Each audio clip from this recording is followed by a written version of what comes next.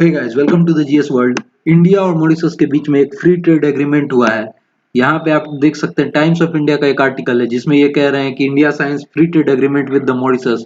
और यहाँ पे हमारे देश ने 1 लाख से भी ज्यादा कोविड-19 वैक्सीन देने की बात कर रखी है। यहाँ पे मैं आपको एक्सटर्नल अफेयर्स मिनिस्टर जो है हमारे देश के, डॉक्टर एस जयशंकर, उनका एक ट्वीट दिखाता हूँ। इन्होंने इस डील को कहा है कि India's first such agreement with an African country. तो ये इस डील को काफी यूनिक बता रहे हैं। इसके साथ साथ मैं आपको मॉरिशस के पीएम जो है प्रविंद कुमार जगन्नाथ, उनका भी ये ट्वीट दिखाता हूँ, जिन्होंने इस एग्रीमेंट के बारे में बात कर रखी है। अब पूरे डिटेल में जानेंगे कि ये एग्रीमेंट है क्या, इसका क्या इम्पैक्ट पड़ेगा और इसमें क्या क्या बातें रखी गई हैं, कौन कौन से इंपॉर्टेंट पॉइंट्स है, सब कुछ डिस्कस करेंगे इस वीडियो में। एग्जाम पॉइंट ऑफ व्यू से क्या क्या इंपॉर्टेंट है वो भी डिस्कस करेंगे। बने रहिएगा मेरे साथ इस वीडियो के अंत तक। हाँ, अब बात हो रही है मॉरिशस की, तो मैं आपको एग्जैक्ट लोकेशन दिखाता हूँ कि मॉरिशस है कहाँ। ये है वर्ल्ड का मैप और यहाँ पे है हमारा देश भारत। और मैं अगर साउथ की तरफ चलता हूँ तो यहाँ पे मुझे दिखता है मेडागास्कर और ये अफ्रीका है। अब यहाँ पे मैं जूम करूंगा तो मुझे दिखेगा मॉरिशस। ये मेडागास्कर के बिल्कुल नजदीक है। यहाँ पे सेचेल्स है। यहाँ की भी गवर्नमेंट से, हमारे देश की गवर्नमेंट ने काफी बातचीत की थी। एस जयशंकर गए थे वहां पे, एक एयरफोर्स का एक पोर्ट बनवाना था और भी इस चीज को लेकर के काफी बात हुई थी। अब मैं यहाँ पे मॉरिशस पे जूम कर रहा हूँ तो आप देखेंगे कि ये है पोर्ट लुइस, यहाँ की कैपिटल है। ये मॉरिशस की कैपिटल है। ये काफी छोटा सा देश है, 12 लाख के करीब में इसकी आबादी है। तो ये इसका टोटल सिनेरियो है। चारों तरफ से समुद्र से घिरा हुआ है, एक परफेक्ट टूरिस्ट डेस्टिनेशन है। और इस ये सब छोटे छोटे आइलैंड है जो इसके आसपास में आते हैं। और अगर मैं आपको जूम आउट करके दिखाऊं तो यहाँ पे आप देखोगे कि ये जो री यूनियन आइलैंड है, इसको री यूनियन आइलैंड भी कहते हैं, इसके ये काफी करीब है। साथ ही साथ अब अगर मैं इसी मैप में सेचेल्स की लोकेशन में ऑलरेडी दिखा चुका हूँ, अब मैं आपको एक और लोकेशन दिखाता हूँ। ये यहाँ पे है लक्षद्वीप और यहाँ पे है मालदीव्स। मालदीव्स की लोकेशन आप देख सकते हैं, क्लियर कट है इस मैप में। तो अब एक छोटा सा ओवरव्यू देख लेते हैं मॉरिशस के बारे में। एक बहुत ही छोटा सा डिटेल बताऊंगा मॉरिशस के बारे में जो एग्जाम पर्सपेक्टिव से इम्पोर्टेंट है और एक जनरल सिटीजन्स को जानना चाहिए, एक यूपीएससी एस्पिरेंट को जितना जानना चाहिए एटलीस्ट उतना बताऊंगा। ज्यादा डिटेल में नहीं जाऊंगा, फिर उसके बाद एग्रीमेंट की बात करते हैं। तो ये जो मॉरिशस है ये कंट्री है ईस्ट अफ्रीका में, जैसा मैं पहले ही बता रखा हूँ। ये है इनका ऑफिशियल फ्लैग। आप देख सकते हैं इसमें टोटल 4 कलर है और चारों डिफरेंट कलर है, red, blue, green, yellow and green. और यहाँ के जो पीएम है, प्राइम मिनिस्टर, वो है प्रविंद जगन्नाथ। ये भी मैं ऑलरेडी बता चुका हूँ। कैपिटल है यहाँ की पोर्ट लुइस। करेंसी है मॉरिशन रूपी। अब एक और चीज देखते हैं, ये जो मॉरिशन रूपी है, जब आप इसको कन्वर्ट करोगे इंडियन करेंसी में तो 1 मॉरिशन रूपी होता है 1.82 इंडियन रुपीज। और आप इसको इंडियन रुपीज के टर्म्स में अगर आप देखोगे तो 1 इंडियन रुपी होता है 0.55 मॉरिशन रुपी। तो यहाँ देखते हैं कि हमारी जो करेंसी है इनकी करेंसी के टर्म्स में थोड़ी वीक है। तो क्या इससे ये हम समझ सकते हैं कि इनकी जो इकोनॉमी है वो हमारे से स्ट्रांग है? नहीं, बिल्कुल नहीं। इनकी इकोनॉमी स्ट्रांग नहीं है, बल्कि ये लोग जो करेंसी है वो बहुत कम अमाउंट में प्रिंट करते हैं, जिसके वजह से इनकी जो करेंसी है उसकी वैल्यू थोड़ी ज्यादा है, थोड़ी बढ़ी हुई है। अब देखते हैं यहाँ के रिलीजियस एफिलिएशंस के बारे में। तो ये 2011 का आंकड़ा मेरे सामने रखा हुआ है। आप देख सकते हैं इस आंकड़े में 48.5% पॉपुलेशन जो है वो हिंदू है। ये मेजोरिटी हिंदू कंट्री है। मैं ये भी बता दूं आपको कि ये पूरे अफ्रीका में ये ही एक ऐसा देश है जो मेजोरिटी हिंदू है, जिस जहाँ की ज्यादातर जो आबादी है वो हिंदुइज्म फॉलो करती है। इंडिया और नेपाल के बाद मुझे लगता है ये तीसरा ऐसा देश है जहाँ के majority of the population Hindu है। इस मुस्लिम पॉपुलेशन यहाँ पे काफी कम है, 17.3%। और क्रिश्चियन पॉपुलेशन, रोमन कैथोलिक मैं बोलूंगा, इनकी जो पॉपुलेशन है 26.3% है। अब मॉरिशस का एक छोटा सा इतिहास रहा है। ये बेसिकली जो स्लेव्स थे, जो ब्रिटिशर्स जहां भी रूल करते थे वहां से कुछ स्लेव्स लेके जाते थे मॉरिशस में। मेनली इंडिया, पाकिस्तान और म्यांमार, इन सब रीजन से काफी सारे स्लेव्स लेके मॉरिशस में भेज दिए गए थे ब्रिटिश रूल के दौरान। तो वही लोग जब 12 मार्च 1968 में, यानी कि कह सकते हैं हमारे आजादी के कुछ साल बाद, जब ब्रिटिशर्स से इन्हें फाइनली इंडिपेंडेंस मिला, तो मोस्टली जो स्लेव्स थे वो वहीं बस गए। तो आप देख सकते हैं इस आंकड़े में 67% से ज्यादा लोग इंडिया और पाकिस्तान वाले रीजन में यहाँ से लाए गए थे। यहाँ की मेजर लैंग्वेज हिंदी, तमिल, मराठी और इंग्लिश है। वैसे अगर आप देखोगे तो इंग्लिश यहाँ की ऑफिशियल लैंग्वेज है, लेकिन बहुत ही कम लोग, मैं कहूंगा लेस देन 10% पॉपुलेशन यहाँ पे इंग्लिश बोलती है। मेजोरिटी ऑफ लोग यहाँ पे हिंदी और तमिल बोलते हैं। अब देखते हैं यहाँ की मेजर पॉलिटिकल पार्टीज के बारे में। अभी प्रेजेंट में जो रूलिंग गवर्नमेंट है उस वो है मिलिटेंट सोशल मूवमेंट पार्टी, जिसके पीएम है प्रविंद कुमार जगन्नाथ। ये देख सकते हैं आप, ये प्रविंद कुमार जगन्नाथ है। इन्होंने 2017 में चुनाव जीत के बतौर प्राइम मिनिस्टर मॉरिशस के प्राइम मिनिस्टर बन के यहाँ की गवर्नमेंट को संभाला था। अपोजिशन में है अभी मॉरिशन लेबर पार्टी और मॉरिशन मिलिटेंट पार्टी। अब यहाँ के डिफेंस के बारे में बात करेंगे तो उससे पहले मैं आपको पहले ही बता दूं, यहाँ की जो टोटल पॉपुलेशन है वो सिर्फ और सिर्फ 12.7 लाख, मतलब कि आप काफी छोटा सा देश है, काफी कम आबादी है यहाँ की। तो इसीलिए ना ही इनके पास कोई एयरफोर्स है, ना ही मिलिट्री है, बस एक कोस्ट गार्ड है, वो भी काफी छोटा सा है। जब आप देख रहे हैं कि यहाँ की जो टोटल पॉपुलेशन है वही 12.7 लाख है, तो आप इमेजिन कर सकते हो कि कितनी इनकी स्ट्रेंथ होगी कोस्ट गार्ड की। अब चलते हैं डिटेल्स ऑफ एग्रीमेंट। अब एग्रीमेंट के बारे में बताते हैं। तो मैंने पहले ही बता रखा है, और एक्सटर्नल अफेयर्स मिनिस्टर जो है हमारे देश के डॉक्टर एस जयशंकर, उन्होंने भी इस डील के बारे में कहा है कि यह फर्स्ट एग्रीमेंट साइन किया गया किसी भी अफ्रीकन कंट्री के साथ। तो ये थोड़ा सा हिस्टोरिक उन्होंने इस चीज को बताया, काफी यूनिक बताया है। तो इस डील का पूरा नाम है comprehensive economic cooperation and partnership agreement. तो ये डील साइन किया गया है ऑलरेडी, आपको पता है, इंडिया और मॉरिशस के बीच में। इसके थ्रू दोनों देश एक दूसरे के इंपोर्ट प्रोडक्ट्स पे टैरिफ कम करेंगे। अब मॉरिशस को ही क्यों चुना गया, क्योंकि अगर आप देख सकते हो तो मॉरिशस जो है वो इमर्जिंग इकोनॉमिक हब है अफ्रीका का, पूरे अफ्रीकन रीजन में, चाहे वो मेडागास्कर का रीजन हो और इंडियन ओशियन रीजन के आसपास आप किसी भी देश में देखेंगे तो मॉरिशस जो है वहां की सबसे स्ट्रॉन्ग इकोनॉमीज में से आता है। 300 से ज्यादा प्रोडक्ट इसमें कवर अप किए गए हैं, जिसमें एग्रीकल्चर है, टेक्सटाइल है, इलेक्ट्रॉनिक आइटम्स है, और भी अदर मार्केटिंग सेक्टर्स के कुछ प्रोडक्ट्स हैं उनको भी कवर अप किया गया है।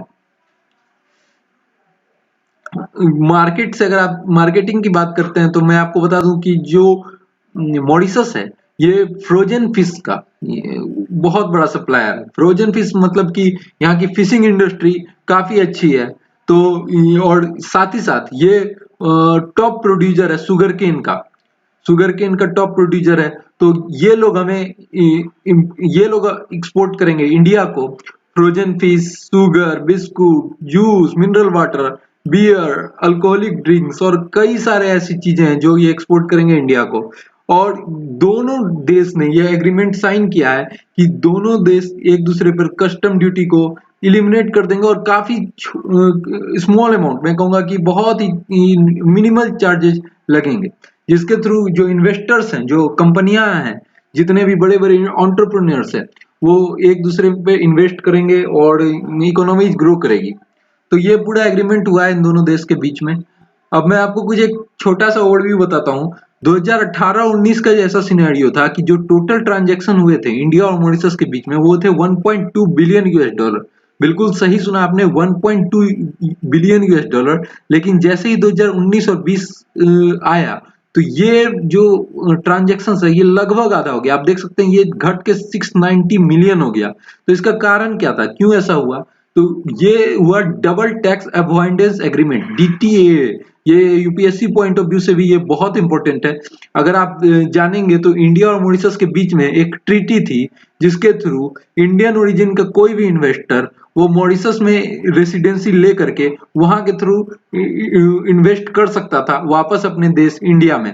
तो इसके वजह से हुआ ये था कि जो लोग थे, जो यहाँ के बड़े बिजनेसमैन थे भारत के, वो क्या करते थे, मॉरिशस जाके वहां के इंडस्ट्री सेटअप करके वहां से इन्वेस्ट करते थे इंडिया में, जिसके वजह से उन्हें काफी कम टैक्स देना पड़ता था। ऐसे अगर वो इंडिया में रह के टैक्स पे करते तो उन्हें लगभग 30% और उससे भी ज्यादा टैक्स पे करना पड़ता था, जबकि मॉरिशस गवर्नमेंट ने इस टैक्स को काफी कम कर रखा था। तो ये एडवांटेज वो लेते थे, जिसके वजह से आप देख सकते हैं कि हमारी इकोनॉमी को थोड़ा सा नुकसान हो रहा था। तो इसी को रोकते हुए 2019 और 20 में ये जो ट्रीटी थी, इसको तत्काल जो रोक दिया गया, और इसके वजह से इनका जो टोटल ट्रांजेक्शन है वो घट के 690 मिलियन हो गया। अब इस एग्रीमेंट के बाद में मैं आपको ये भी बताता हूँ कि यहाँ पे हमारे एक्सटर्नल अफेयर्स मिनिस्टर ने ये 100 मिलियन लाइन ऑफ क्रेडिट देने की बात की। अब ये 100 मिलियन लाइन ऑफ क्रेडिट क्या होता है? देखो, लाइन ऑफ क्रेडिट बेसिकली होता है सॉफ्ट लोन, जिसको कि आप बहुत ही कम रेट ऑफ इंटरेस्ट पे बहुत सालों तक चुका सकते हो। तो ये इन्होंने 100 मिलियन सॉफ्ट लोन देने की बात की है मॉरिशस को। इसके साथ ही आप यहाँ देख सकते हो, यहाँ लिखा हुआ है डॉर्नियर एयरक्राफ्ट और ध्रुव हेलीकॉप्टर इंडिया देगा मॉरिशस को। जी हाँ, बिल्कुल सही सुना आपने, डॉर्नियर एयरक्राफ्ट और ध्रुव हेलीकॉप्टर जो इंडिया के द्वारा मैन्युफैक्चर किया गया है, डीआरडीओ ने इसकी डिजाइनिंग की थी, वो प्रोवाइड करेगा मॉरिशस को। और भी बहुत सारे प्रोजेक्ट जैसे कि आप देख सकते हैं मेट्रो रेल मॉरिशस में बनाया गया थ्रू एक्सटर्नल अफेयर्स मिनिस्टर। यहाँ हमारे देश के एक्सटर्नल अफेयर्स मिनिस्टर वहाँ के ऑफिशियल्स के साथ ये मेट्रो रेल में टूर कर रहे हैं। और यहाँ पे एक हाई कमीशन की बिल्डिंग बनाई गई है इंडिया के फंडिंग से। यहाँ सुप्रीम कोर्ट के लिए बिल्डिंग बनाई गई है, वो भी इंडिया के फंडिंग से ही हुआ है। और यहाँ के जस्टिस के साथ ये इनॉग्रेशन सेरेमनी में गए। अब मैं आपको ये बता दूं, एफएटीएफ की ग्रे लिस्ट में मॉरिशस आता है। जी हाँ, बिल्कुल सही सुना आपने, मॉरिशस एफएटीएफ की ग्रे लिस्ट में आता है। जिन लोगों को नहीं पता उनके लिए मैं बता दूं, एफएटीएफ का मतलब होता है फाइनेंशियल एक्शन टास्क फोर्स। ये एक इंटर गवर्नमेंटल ऑर्गेनाइजेशन है जिसमें लगभग 39 कंट्रीज शामिल हैं, और ये मनी लॉन्ड्रिंग और टेररिज्म फाइनेंसिंग को प्रिवेंट करने के लिए काम करता है। तो इस ऑर्गेनाइजेशन का ये काम है कि किसी भी दो इकोनॉमीज के बीच में या किसी पर्टिकुलर इकोनॉमीज में अगर अगर मनी लॉन्ड्रिंग हो रही है और टेररिज्म फाइनेंसिंग की जा रही है, तो वर्ल्ड ट्रेड को उससे किसी भी प्रकार का नुकसान न हो, ये देखना इस गवर्नमेंटल ऑर्गेनाइजेशन का काम है। इसमें टोटल 39 कंट्रीज है, मैं ऑलरेडी बता चुका हूँ, और इन्होंने 18 कंट्रीज को ग्रे लिस्ट में शामिल कर रखा है। इसमें आप देख सकते हैं पाकिस्तान भी एफएटीएफ की ग्रे लिस्ट का पार्ट है, म्यांमार भी ग्रे लिस्ट का पार्ट है, और साथ ही साथ मॉरिशस भी ग्रे लिस्ट का पार्ट है। अब ग्रे लिस्ट का पार्ट होने का क्या मतलब होता है? इसका मतलब ये होता है कि इनकी जो इकोनॉमी है उससे अगर कोई भी ट्रांजेक्शन होता है, कोई भी ट्रेड रिलेटेड ट्रांजेक्शन होता है, तो उसको बहुत ही क्लोजली मॉनिटर किया जाएगा, उसको स्क्रूटनाइज किया जाएगा।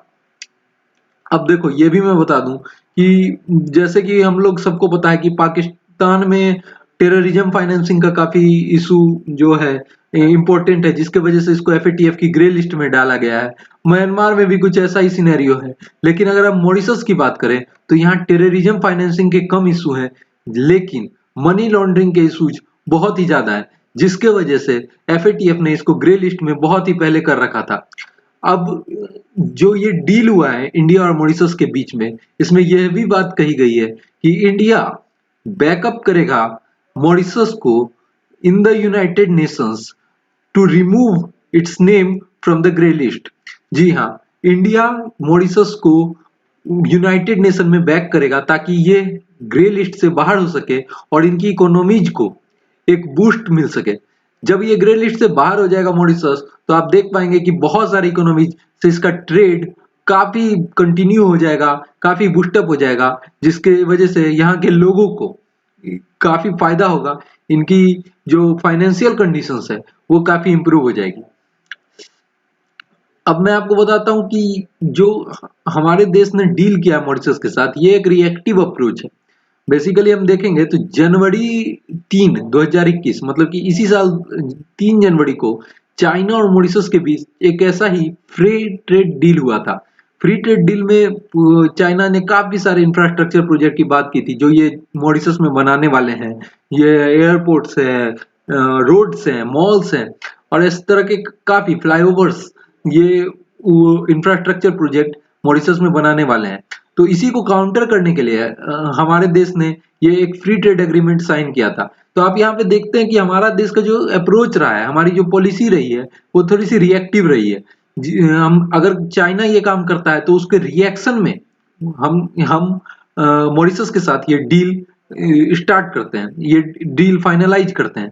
तो ये एक मैं कह सकता हूँ कि एक डाउन पॉइंट है मेरे हिसाब से, जो कि हमें ही एक इनिशिएटिव लेना चाहिए ऐसी कंट्रीज के साथ जो इंडियन ओशियन में है, और जहाँ की फ्यूचर में अगर हमारे उनके साथ जो ताल्लुकात हैं अगर वो अच्छे रहते हैं तो हमें एक एयरपोर्ट बेस बनाने का मौका मिल सकता है, ताकि जो जितने भी ट्रेड हो सकते हैं इंडियन ओशियन में चाइना के और भी अलग कंट्रीज को, अगर फ्यूचर में हमें हमारे उनके साथ रिलेशंस खराब होते हैं जैसे कि अभी चाइना के साथ है, तो हमारा एक बेस रहेगा इंडियन ओशियन में जो उसको काउंटर करने में मदद करेगा। अब मैं आपको ये दिखाता हूँ कि चाइना ऐसा क्यों कर रहा है। वो most of the Indian Ocean region के जो कंट्रीज है उनके साथ इतना स्ट्रॉन्ग ट्रेड क्यों कर रहा है। तो एक चाइना की एक स्ट्रेटजी है स्ट्रिंग ऑफ पर्ल्स। बेसिकली ये माना जाता है कि ये स्ट्रेटजी इंडिया को काउंटर करने के लिए बनाई गई है। इसमें आप देख सकते हैं चाइना ने एक पोर्ट बना रखा है जिबूती में। फिर आपको पता ही है पाकिस्तान के साथ चाइना के काफी अच्छे रिलेशन है, तो इन्होंने ग्वादर में एक पोर्ट बना रखा है। फिर मालदीव्स में भी बनाने वाले थे लेकिन उसको रोक दिया गया फिलहाल के लिए। श्रीलंका में इन्होंने हम्बनतोता है जो पोर्ट है वो 99 ईयर्स के लिए लीज पे ले रखा है। म्यांमार में भी पोर्ट बना रखा है। तो इस तरह की इनकी स्ट्रिंग ऑफ पर्ल्स की स्ट्रेटजी है इंडिया को काउंटर करने के लिए अगर फ्यूचर में किसी भी प्रकार का युद्ध होता है। तो आप देख सकते हैं कि इसी को काउंटर करने के लिए हमारे देश ने भी काफी सारे पोर्ट्स बनाए हैं। आप यहाँ देखेंगे मेडागास्कर में हमारा एक पोर्ट है। सेशेल्स की गवर्नमेंट के साथ हमारी बात हो रही है, यहाँ पे भी पोर्ट बनाने की बात हुई थी, लेकिन यहाँ के अपोजिशन के लीडर्स ने इस इशू को रोक दिया, इसके खिलाफ विरोध किया कि इंडिया किसी भी प्रकार का पोर्ट यहाँ नहीं बनाएगा, जिसके वजह से अभी ये पोर्ट कंप्लीट नहीं हो पाया। फिर भी यहाँ के इकोनॉमिक टाइज इंडिया के साथ काफी स्ट्रांग है। मॉरिशस है अभी जिसके बारे में मैं बात हो रही थी, यहाँ काफी अच्छा हमारा इकोनॉमिक कोऑपरेशन है दोनों कंट्रीज के बीच में। तो हम भी काफी सारे पोर्ट्स बना रहे हैं। यहाँ पे ईरान में हमने चाहबार पोर्ट बनाया है। ओमान की गवर्नमेंट के साथ भी इंडिया का एक अच्छा रिलेशनशिप है, जिसकी वजह से यहाँ भी एक पोर्ट बनाया हुआ है कि अगर फ्यूचर में कभी भी चाइना के साथ अगर कोई डील होती है तो जो चाइनीज कंपनीज है जिनके जो प्राइमरी सोर्स है एनर्जी का ऑयल, ये जो गल्फ कंट्री से ऑयल होकर के इंडियन ओशियन से होकर के साउथ चाइना सी के थ्रू चाइना में जो जाता है उसको हम काउंटर कर पाएंगे। और ठीक ये चीज हमें युद्ध जीतने में बहुत ही मदद करेगा। मैं आपको एक इंडिया की जो स्ट्रेटजी है अगेंस्ट चाइना वो भी मैं आपको दिखाता हूँ। जैसे ही चाइना ने स्ट्रिंग ऑफ पर्ल्स बनाया था वैसे ही हमारे देश ने नेकलेस ऑफ डायमंड की एक स्ट्रेटजी रखी है चाइना को काउंटर करने के लिए। इसमें आप देख सकते हैं ये सेचेल्स में एक पोर्ट बनाने की बात हो रखी है। ओमान में हमारा एक ऐसे ही पोर्ट बनने वाला है। चाहबार ईरान में एक पोर्ट है। मंगोलिया के साथ भी हमारे रिलेशन काफी स्ट्रॉन्ग है। जापान में भी काफी स्ट्रॉन्ग रिलेशन है। वियतनाम है, इंडोनेशिया है। तो इसके थ्रू हम चाइना को काउंटर करने के लिए ऑलरेडी उसकी जो स्ट्रिंग ऑफ पर्ल्स की स्ट्रेटजी है, ये रही स्ट्रिंग ऑफ पर्ल्स की स्ट्रेटजी, इसको काउंटर करने के लिए हमने भी काफी इनिशिएटिव ऑलरेडी ले रखा है। तो ये था इस वीडियो का अंत। मिलते हैं नेक्स्ट वीडियो में। अगर आपको ये वीडियो अच्छा लगा हो तो लाइक कर देना, शेयर कर देना अपने दोस्तों के साथ। तो मैं और भी इंफॉर्मेटिव वीडियोस लाता रहूंगा। सब्सक्राइब कर लेना इस चैनल को। मिलते हैं नेक्स्ट वीडियो में, तब तक के लिए goodbye and good luck.